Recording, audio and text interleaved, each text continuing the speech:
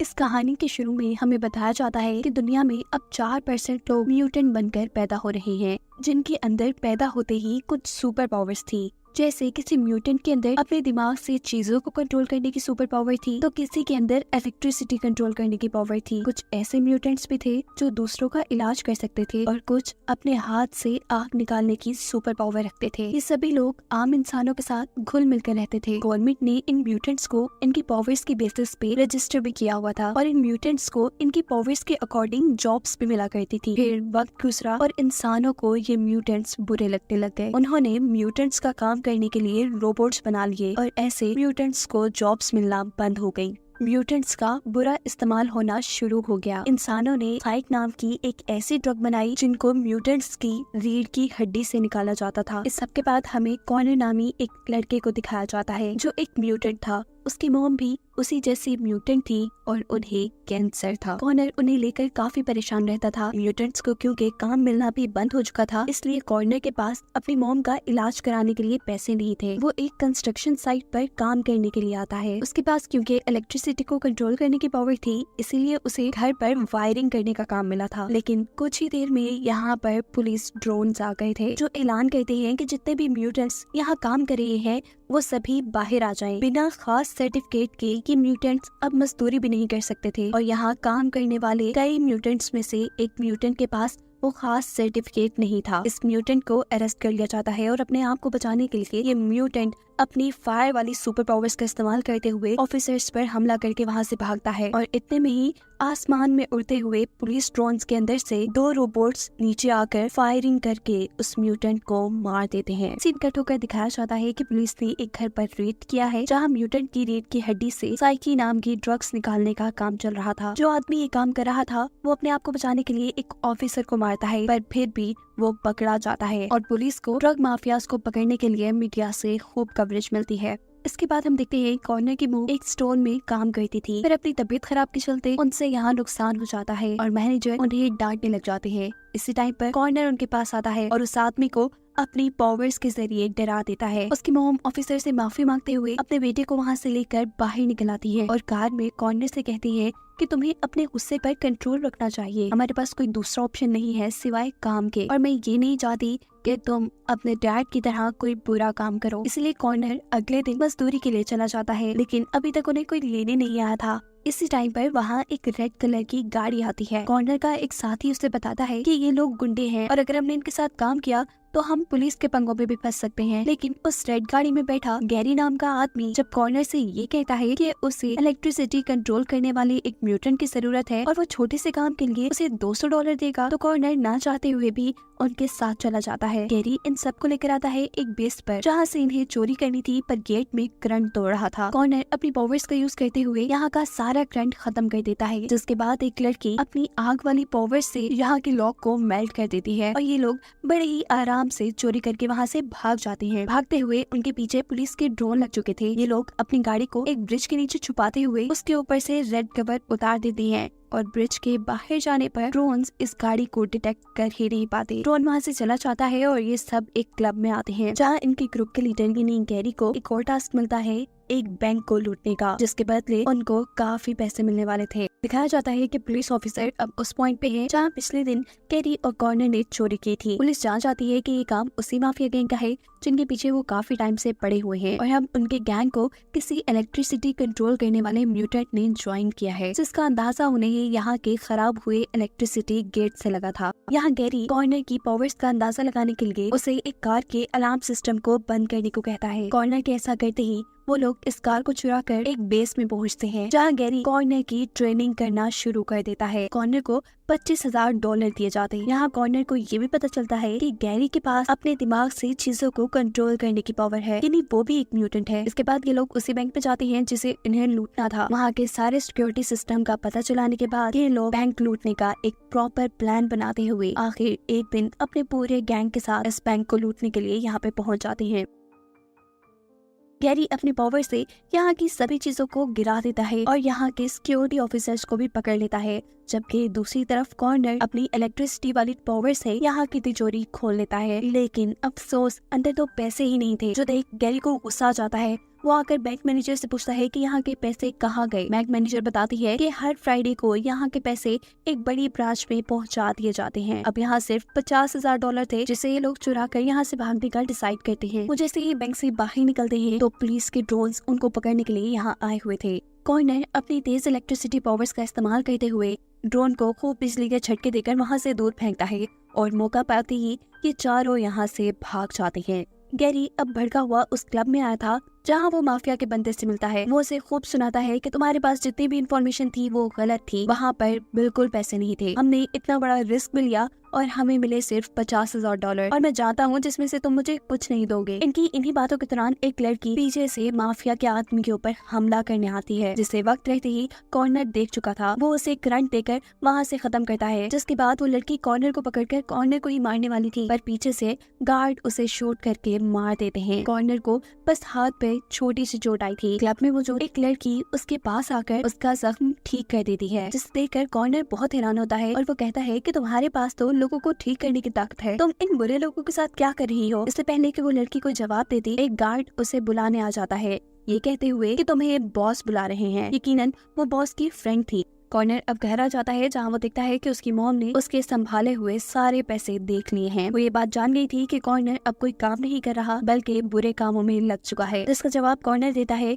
कि मोहन मैं बस आपको ठीक देखना चाहता हूँ, इसके लिए चाहे मुझे कुछ भी करना पड़ जाए। अभी वो यही बात कह रहा था कि उसकी मॉम बेहोश हो जाती है। कॉर्नर उन्हें लेकर हॉस्पिटल जाता है जहाँ डॉक्टर उन्हें बताते हैं कि उसकी मॉम म्यूटेंट है और उसकी सारी पावर्स उसके दिमाग को डैमेज कर रही है। वो हॉस्पिटल से बाहर निकलता है तो यहाँ उसे 2 पुलिस ऑफिसर्स मिलते हैं। पुलिस स्टेशन लाने के बाद वो उसे इन्वेस्टिगेशन करना शुरू करते हैं और कहते हैं कि अब तुम्हें गैरी के साथ देखा जाने लगा है, वो बुरे काम करता है और तुम लोग मिलकर चोरियां कर रहे हो आजकल। कॉर्नर कहता है नहीं, मैंने कोई बुरा काम नहीं किया, गैरी सिर्फ मेरा दोस्त है। ये पुलिस वाले उसे बताते हैं कि कुछ दिनों बाद हम उन माफिया के पकड़े हुए ड्रग्स को जलाने वाले हैं जिस माफिया के लिए गैरी और तुम काम कर रहे हो। तुम्हें अगर उस माफिया के बारे में कुछ भी पता है, अगर तुम हमें बता दो तो तुम्हारी जान छूट सकती है। पर कॉर्नर जवाब देता है नहीं, मैं उनके बारे में कुछ नहीं जानता। पुलिस इस मर्तबा उसे छोड़ देती है और वो अब क्लब के अंदर आता है जहाँ माफिया का बंदा उसका दिमाग रीड करता है और ये बात पता चला लेता है कि उसने अभी तक पुलिस को कुछ नहीं बताया। कॉर्नर से कहता है कि मुझे पैसे चाहिए। वो माफिया का बंदा कहता है कि अगर तुम लोगों ने पुलिस वालों से वो ड्रग्स बचा ली तो हमें $1 करोड़ मिल सकते हैं, जिसमें से मैं तुम्हें पैसे दे दूंगा। कॉर्नर कहता है नहीं, ये तो पॉसिबल ही नहीं। जिस पर गैरी कहता है हाँ, हम वो चोरी कर सकते हैं, लेकिन शर्त ये है कि अगर हमने ये काम कर दिखाया तो हमें आधे पैसे चाहिए होंगे, क्योंकि ये खतरों से भरा काम है। अगले सीन में दिखाया जाता है कि पुलिस वालों के पास वही ड्रग्स के बैग थे जिन्हें चुराने का गैरी और कॉर्नर प्लान कर रहे थे। बहुत से सिक्योरिटी गार्ड्स के साथ इन बैग्स को एक वैन में रखा जाता है और ऊपर से पुलिस के ड्रोन्स भी इस वैन के ऊपर नजर रख रहे थे। नो फ्लाई जोन में जब ड्रोन इसके ऊपर से हटते हैं तभी गैरी और कॉर्नर अपने प्लान के ऊपर काम करना शुरू कर देते हैं। वो वैन के सामने एक ट्रक लाते हुए वैन को रोक लेते हैं। गैरी अपनी चीजों को कंट्रोल करने वाली पावर्स से वैन के रोबोट्स को वैन से दूर करता है, जिसके बाद कॉर्नर इन रोबोट्स को अपने बिजली के झटके देकर बेहोश कर देता है। उनकी एक साथी जिसके पास फायर पावर्स थी वो दरवाजे को मेल्ट करके दरवाजा खोलती है और अंदर से उन ऑफिसर्स को बाहर निकालती है जिनके पास ड्रग्स बैग थे। बैग्स के इनके हाथ में आते ही पीछे से माफिया के लोग गैरी के ग्रुप मेंबर्स को मारना शुरू कर देते हैं। गैरी को समझ नहीं आता कि उसके साथ क्या हो रहा था। इतने में ही ऊपर से रोबोट्स आकर माफिया के लोगों पर हमला शुरू कर देते हैं। गैरी अपने एक साथी को बचाने के लिए कॉर्नर के साथ वहाँ से एक कार चुराकर भाग जाता है। ये लोग पुलिस वालों को चकमा देकर भी दूर निकल चुके थे, पर अब काफी देर हो चुकी थी। उनका दूसरा साथी भी मर चुका था। असल में माफिया के उस आदमी ने इन लोगों को धोखा दिया था। वो सिर्फ ड्रग्स के बैग्स लेने के लिए इनका इस्तेमाल कर रहा था और इसी सारी वजह से कॉर्नर भी गुस्से में था। वहाँ पुलिस स्टेशन में पुलिस भी इस सारे वाकये की इन्वेस्टिगेशन कर रही थी। एक ऑफिसर के मुताबिक ये सारा काम माफिया ने करवाया था और उसे लग रहा था कि वहाँ जितने भी मर्डर हुए हैं वो सब कॉर्नर ने किए हैं। पर दूसरा ऑफिसर ये बात जानता था कि वो एक किलर नहीं है। कॉर्नर भी उसी ऑफिसर को मैसेज देकर मिलने के लिए एक होटल में बुलाता है और वो ऑफिसर को सारी सच्चाई बता देता है कि माफिया के उस आदमी ने ही सभी गार्ड्स को मरवाया था, साथ ही मेरे ग्रुप के मेंबर्स भी मर गए हैं। और ये सुनकर ऑफिसर कहते हैं कि तुम्हें अपने आप को पुलिस के हवाले कर देना चाहिए। कॉर्नर इस सब के बाद बोलता है कि हाँ, तुम ठीक ही कह रही हो, मैं भी शायद अपने डैड की तरह क्रिमिनल बनता जा रहा हूँ और मुझे अब यही करना चाहिए। कॉर्नर ने अब उस माफिया के आदमी की सारी इन्फॉर्मेशन भी पुलिस को दे दी थी, जिसको हासिल करने के बाद वो फौरन ही उसके क्लब के ऊपर हमला कर देते हैं। वो आदमी अपनी ड्रग्स को बचाकर यहाँ से भागता है, जबकि यहाँ पुलिस ऑफिसर्स उसके काफी सारे साथियों को मार चुके थे। पीछे के जिस रास्ते से वो भाग रहे थे, गैरी वहाँ आकर अपने ही लीडर को गोली मार देता है। उसका राइट हैंड जब गैरी पर हमला करने की कोशिश करता है तो गैरी ने अपनी पावर से उसकी भी गन गिरा दी थी, पर ये आदमी भी एक म्यूटेंट होने की वजह से बहुत ताकतवर था। वो जब गैरी के कंट्रोल में नहीं आ रहा था तो पीछे से कॉर्नर आकर उसे अपनी इलेक्ट्रिसिटी की पावर से जख्मी कर देता है, पर इस आदमी को ज्यादा फर्क नहीं पड़ा था। वो अब गैरी और कॉर्नर दोनों को ही गिराकर एक ही वक्त में मारने वाला था और उस टाइम पर गैरी अपने चाकू को उसकी आंख में घुसा देता है। उसकी ताकत को कम करने के लिए यहाँ कॉर्नर दोबारा उसके ऊपर बिजली से हमला करता है, जिसके बाद आखिर उसकी मौत हो जाती है। जिसके बाद गैरी जाता है अपने बॉस के पास और अपनी पावर से उसका गला दबाते हुए उसे मार देता है और कहता है कि ये था सिर्फ मेरे साथियों को मारने का बदला। या माफिया के साथ में की जो दोस्त थी जिसके पास किसी को भी ठीक करने की ताकत थी, कॉर्नर उससे कहता है कि मेरे साथ चलो, मेरी मॉम बीमार है और तुम उन्हें ठीक करना। ये लड़की कॉर्नर को अपना बाजू दिखाती है। बाजू पे वही जख्म था जो उसने कॉर्नर का ठीक किया था। इसका मतलब कि वो लड़की किसी को भी ठीक नहीं कर सकती थी, बस उसकी बीमारी खुद पर ले सकती थी। लेकिन कॉर्नर को इस चीज से फर्क नहीं पड़ता। वो उसे लेकर अपनी मॉम के पास हॉस्पिटल में आ जाता है। ये लड़की उसकी मॉम का कैंसर अपनी बॉडी में लेना शुरू कर देती है। इससे उसे बहुत दर्द हो रहा था। वो एक जोरदार चीख मारती है और यहाँ कॉर्नर का भी दिल पिघल जाता है। वो कहता है बस रहने दो, रुक जाओ और मुझे माफ कर दो, तुम चली जाओ यहाँ से। थोड़ी देर में कॉर्नर की मॉम को होश भी आ चुका था और कॉर्नर उनसे बैठा बातें कर रहा था, जबकि दूसरी तरफ अब गैरी ने अपने बॉस के मरने के बाद माफिया डॉन से हाथ मिला लिया था। यानी अब ये सारा ड्रग्स का बिजनेस खुद संभालने वाला था। सीन अब कट होता है और हमें कुछ महीनों बाद का सीन दिखाया जाता है जहाँ कॉर्नर की मॉम मर चुकी है। हमें पता चला है कि उसने सभी बुरे काम छोड़ दिए हैं क्योंकि वो ये सारे काम अपनी मॉम के इलाज के लिए कर रहा था। और सेकंड पार्ट में इसी कहानी के 5 साल बाद का वक्त दिखाया जाता है जहाँ कॉर्नर एक जेल से निकला है। पता चला है कि गैरी के बुरे कामों की वजह से कॉर्नर को जेल जाना पड़ा था, हालांकि वो सभी बुरे काम छोड़ चुका था। और इस टाइम जेल से बाहर निकलने पर गैरी उसे पिक करने आया था, जो उससे कहता है कि तुम मेरे लिए जेल गए, ये एहसान मैं हमेशा याद रखूंगा, इसके बदले तुम जैसा खाओगे मैं वैसा ही करूंगा। जिस पर कॉर्नर जवाब देता है कि तो फिर ठीक है, आइंदा मुझे अपनी शक्ल कभी मत दिखाना। ये सुनते ही गैरी गुस्से में वहाँ से जा चुका था। जिसके अगले सीन में हमें बताया जाता है कि जिस तरह पहले रोबोट सभी म्यूटेंट्स को पकड़कर मार दिया करते थे, इसी वजह से अब म्यूटेंट्स की सेफ्टी के लिए K9 रोबोट्स बनाए गए हैं। ये डॉग्स जैसे दिखने वाले रोबोट्स अपने दुश्मनों को मारते नहीं थे, बल्कि उनके पाँव पे हमला करके उन्हें गिरा देते थे। और अगर उनका दुश्मन हाथ ऊपर करके सरेंडर कर देता था तो वो उन्हें और कोई नुकसान नहीं पहुंचा पाते। इन रोबोटिक डॉग्स पर इलेक्ट्रिसिटी और आग का कोई असर नहीं था। ये सब यहाँ खड़ी एक मिया नामी बच्ची भी देख रही थी, जिसका भाई गैरी के लिए ही ड्रग सेल करता था। वो गैरी से मिलकर गैरी को अपनी सुपर पावर्स दिखाता है, क्योंकि वो चाहता था कि वो ड्रग्स बेचने के अलावा और भी बुरे कामों में इन्वॉल्व हो। पर यहाँ गैरी की गार्ड उसे बुरी तरह उठाकर गिराती है, जो चीज उसे काफी गुस्सा दिला चुकी थी।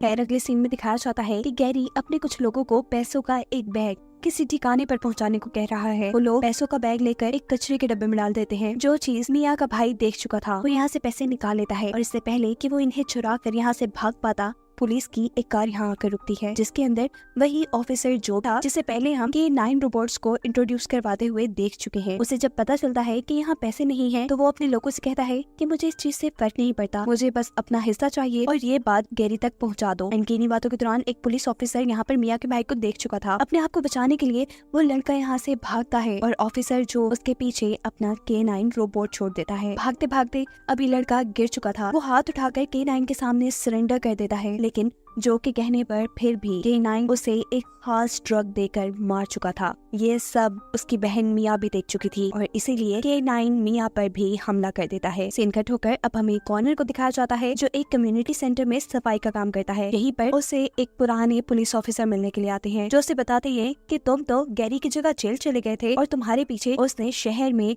साइकी ड्रग का एक बहुत बड़ा बिजनेस कर लिया है। यहाँ तक कि उसने पुलिस के बड़े ऑफिसर्स को भी साथ मिला लिया है। मैं चाहता हूँ कि तुम उन्हें पकड़वाने में मेरी मदद करो। पर कॉर्नर ऑफिसर को ये कहते हुए साफ मना कर देता है कि मैं अब उनके साथ काम नहीं करता और ना ही मेरे पास उनकी कोई जानकारी है। यहाँ कॉर्नर जो अपने कम्युनिटी सेंटर के बाहर से सफाई कर रहा था, उसे एक कैबिन के अंदर मिया डरी हुई दिखाई देती है। वो उसे लेकर अंदर आ जाता है। कम्युनिटी सेंटर की मालिक मिया से बात करती है और इन्हें पता चलता है कि रात में मिया के भाई को पुलिस डॉग्स ने मार दिया। कॉर्नर को उस बात पे यकीन नहीं हो रहा था, क्योंकि वो डॉग ऐसा काम नहीं करते थे। यहाँ न्यूज में वो लोग देखते हैं कि मिया के भाई के ही मरने की खबर चल रही थी और ऑफिसर ऑफिसर जो सबको बता रहे थे कि वो लड़का ड्रग की ओवरडोज लेने की वजह से मर गया। मिया गुस्से में टीवी बंद कर देती है और कॉर्नर से कहती है नहीं ये झूठ बोल रही है, वो ड्रग्स नहीं लेता था। अभी कॉर्नर तो उसकी पावर्स देख के हैरान था और तभी मिया बोलती है कि मुझे सुनाई दिया है कि यहाँ पर पुलिस ऑफिसर्स पहुंच चुके हैं। ये दोनों पुलिस से बचने के लिए अब बिल्डिंग के भी पिछले रास्ते से भागते हैं, लेकिन पीछे से पुलिस के ड्रोन्स के अंदर से रोबोट्स इनको पकड़ने के लिए उतर चुके थे, जिनके ऊपर कॉर्नर अपनी इलेक्ट्रिसिटी पावर से हमला करके उन दोनों को ही तोड़ देता है और मिया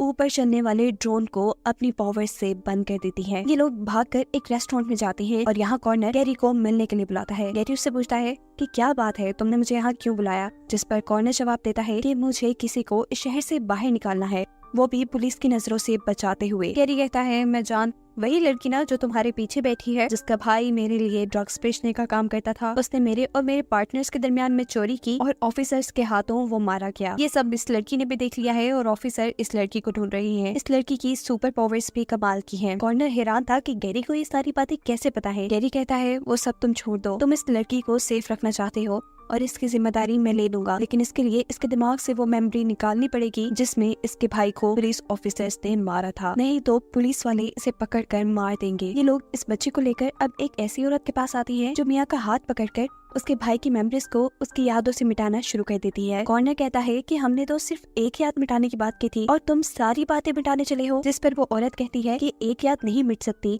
सारी यादें मिटाना जरूरी है। कॉर्नर ऐसा नहीं चाहता था। वो ये सब बंद करने के लिए जैसे ही आगे बढ़ता है तो गैरी का एक आदमी अपनी आंख से उसके ऊपर हमला कर देता है, जिससे बचने के लिए कॉर्नर उसका हाथ जैसे ही ऊपर करता है तो ऊपर लगे हुए पानी के पाइप फट जाते हैं। ऐसे मिया की यादें मिटाने का सिलसिला रुक जाता है और दूसरी तरफ कॉर्नर बहुत ज्यादा गुस्से में आ चुका था। वो गैरी से इस बुरी चाल का बदला लेने के लिए यहाँ पानी के अंदर करंट छोड़ देता है। गैरी के साथ उसके सभी साथियों को बहुत बुरा करंट लगता है और अब वो मिया को लेकर अपनी बॉस के पास आ जाता है। मिया इस टाइम कॉर्नर से नाराज थी और उसकी बॉस मिया का गुस्सा ठंडा करने के लिए उसे कहती है मैं जानती हूँ कॉर्नर को, वो एक अच्छा आदमी है, हाँ बस कभी कभार कुछ बुरे काम कर जाता है, लेकिन मैं जानती हूँ कि तुम उसे इसके लिए माफ कर दोगी। इसी टाइम इन लोगों के ऊपर पुलिस वाले नजर भी रख रहे थे। ऑफिसर जो इनकी लोकेशन गैरी को बता देते हैं, जो इनकी गाड़ी को एक पुल के नीचे रोक लेता है। वो यहाँ पर मिया को मारना चाहता था। कॉर्नर उससे कहता है कि तुम मेरे स्थान का बदला इस बच्ची को मार कर ले रहे हो, इस बच्ची को मारने से पहले तुम्हें मुझे मारना पड़ेगा। गैरी उसे मारने के लिए गन तानता है,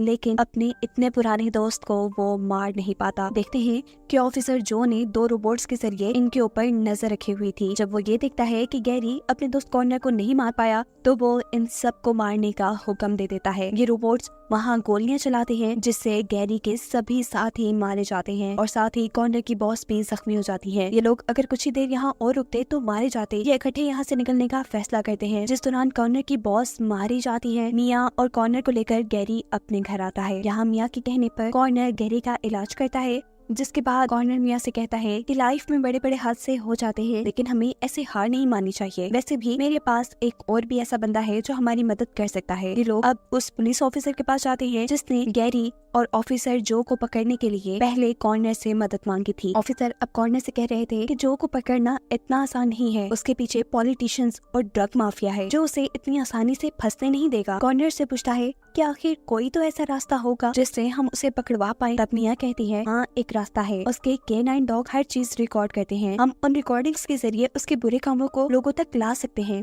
तब गैरी इन्हें बताता है कि जो के पास उसका एक पर्सनल K9 डॉग भी है और उसी ने ही मिया के भाई को मारा था। अगर उसकी सारी मेमोरी को किसी डिवाइस में ट्रांसफर कर दे तो उनका काम बन सकता है।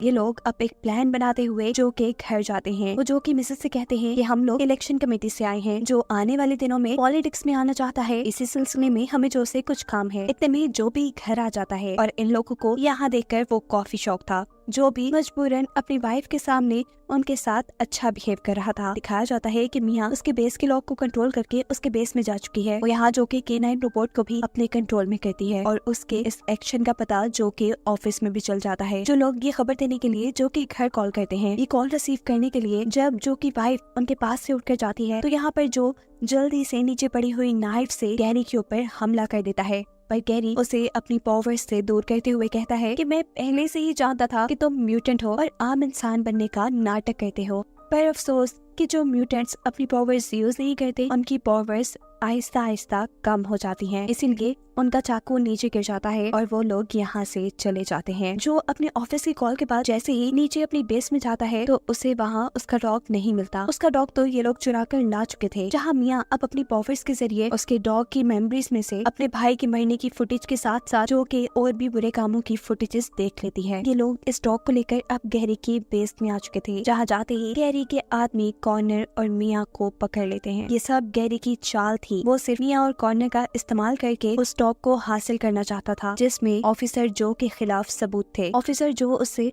उसके ड्रग्स बिजनेस का आधा प्रॉफिट ले लिया करते थे, पर अब उसके पास जो के खिलाफ सबूत थे जिसका इस्तेमाल करते हुए वो जो को ब्लैकमेल कर सकता था। पीछे जो भी अपनी पूरी फोर्स के साथ आ चुका था, जिसके बाद गैरी उसके K9 रोबोट की सर को छोड़कर पूरी बॉडी लेकर जाता है और कहता है ये पकड़ो अपना रोबोट, इसका सर अब मेरे पास है जिसमें तुम्हारे खिलाफ सबूत हैं और अब तुम मुझे ब्लैकमेल नहीं कर सकते। ये सुनते ही जो चाकू से उसके ऊपर हमला कर देता है। कॉर्नर गैरी के बंदों से कहता है कि जल्दी से वो सर मेरे हवाले कर दो, अगर वो लोग यहाँ आ गए तो तुम लोग कुछ भी नहीं कर पाओगे। ये सुनते ही गैरी के लोग उन्हें K9 रोबोट का सर दे देते हैं, पर फोर्स अब यहाँ तक आ चुकी थी। कॉर्नर अपने इलेक्ट्रिसिटी की पावर से इन लोगों के ऊपर हमला करता है जिस हमले से इनको कुछ भी नहीं होता। तभी ऑफिसर्स यहाँ गैरी के लोगों को मारना शुरू कर देते हैं और कॉर्नर वक्त रहते ही मिया को लेकर यहाँ से भागने लगता है। लेकिन अब ऑफिसर्स इनके पीछे अपना K9 रोबोट छोड़ देते हैं। जो K9 रोबोट अब कॉर्नर पर हमला कर चुका था, कॉर्नर उसे अपनी इलेक्ट्रिसिटी की पावर से मारने की कोशिश करता है जिससे इस रोबोट को कुछ भी नहीं होता। ये डॉग अब कॉर्नर को ड्रग की ओवरडोज देकर मारने वाला था कि तभी मिया उस डॉग को अपने कंट्रोल में कर लेती है। इतने में ही